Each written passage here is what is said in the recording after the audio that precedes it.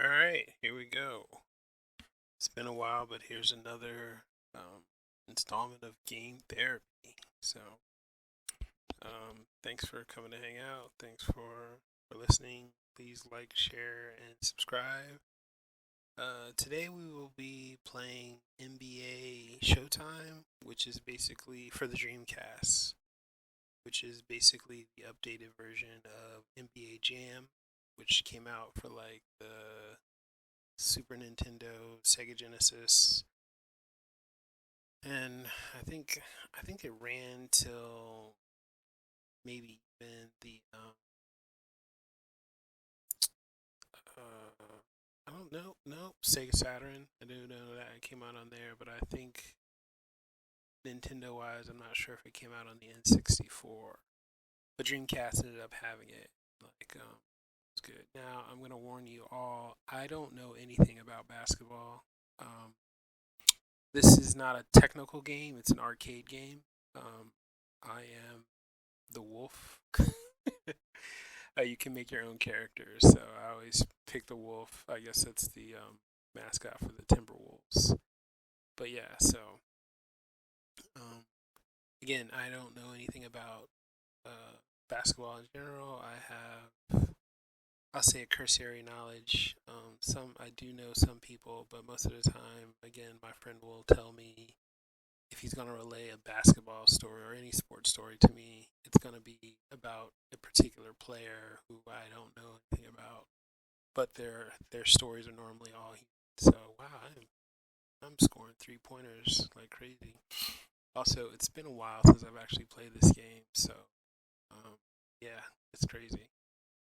Now, interestingly enough, I keep getting blocked from my 3 pointers at that particular spot. That is my hot spot, and I don't understand why. You know, the computer is just all over me. But I think anybody can say that about games. It's like, well, you have these other drones. Why are they coming after me? But that's the design. So one thing I do like with NBA jams when I would play it, just to hype around like the announcer and basically trolling you if you're doing horrible or hyping you up if you're doing well. So I mean, just good all around. Like again, arcade sports. So I could play this. I could play Blitz. But when you start talking about Madden, which is more technical, or NBA 2K, or what is it that came out on the Dreamcast? The NFL, whatever. I forget what the Dreamcast football game was. Because I remember buying that at one point. I ended up trading it in at GameStop because I was like, I don't know anything about this. So I can play Blitz, NFL Blitz, which again is an arcade style um, basketball game or a football game.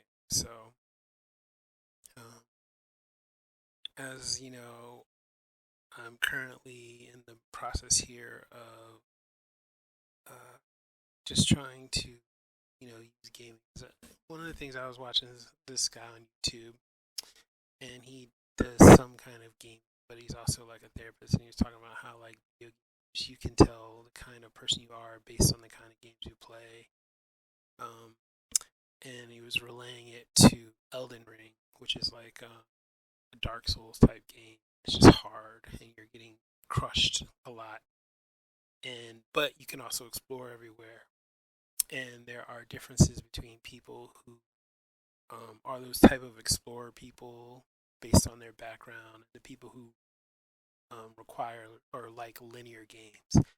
And I like linear games, right? There has to be rules, right? And I realized that about myself. Like I picked up the Zelda game. So what is it? Breath of the Wild and whatever the new one is. And I'm playing this game, and it's like, oh, you can explore anywhere, you can go anywhere, and do anything. And I'm like, well, how does the story progress, right? Because I can spend 30 minutes just wandering around, finding whatever weapons, food, walking around mountains and stuff. And I'm like, well, when is like, how do I get the game to progress, right? And I find myself like frustrated playing it, you know. And versus if I'm playing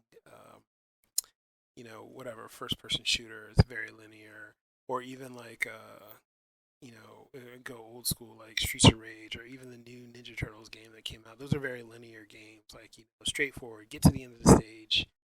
You know, I like those kind of things. And he's kind of and this is to get back to the guy I was talking about. Like he was relaying it as in your childhood, you can tell like who was free to kind of explore their environment, explore who they were, versus who was told like this is who you are, this is what your place is in the family unit, and that kind of stuff. And um, yeah, it's just weird. I was kind of like picking up on that, or watching out for that. And so I was just like, huh, I think back to all the games, all of my favorite games, and like why I don't like open, quote unquote, open world games where you can do whatever you want. And I feel like I get lost. It's like frustrating because I feel like I get lost trying to figure out what I want to do. And um, but that's the freedom, the part of the process. And so realizing like did I ever really have that kind of freedom when I was growing up?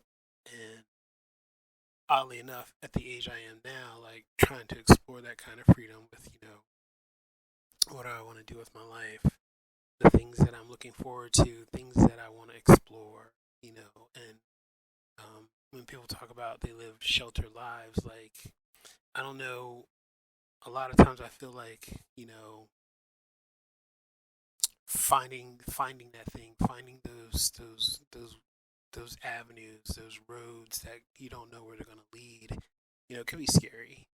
And I think that's the other thing. Like when you don't know where to go, you're always I'm looking for the story to progress, and it. I guess it goes to that whole thing about life is about the journey, but I'm more about like no, I got to get to my goal, and I'm very goal oriented and goal focused, and I'm trying to change that. I'm trying to find pleasure in what I what I want, what I want to do with my life, and I want to like encourage you to also do the same thing. Is like think about like what do you know outside of these goals, what are you doing to make yourself enjoy life? What are you doing to make sure that when you're on your deathbed, it's not just I comp like I got a lot of stuff, hoarded a lot of money, but what experiences did you have that were memorable? What were the friendships that you cultivated? What was the love that you had with people? Did you love someone fully and completely and authentically, and were you yourself loved for who you were authentically and completely? Can you be authentic with yourself and with others? Because that's the other thing too, is like I feel like a lot of times in not not being open world, I'll just delineate open world versus linear, right?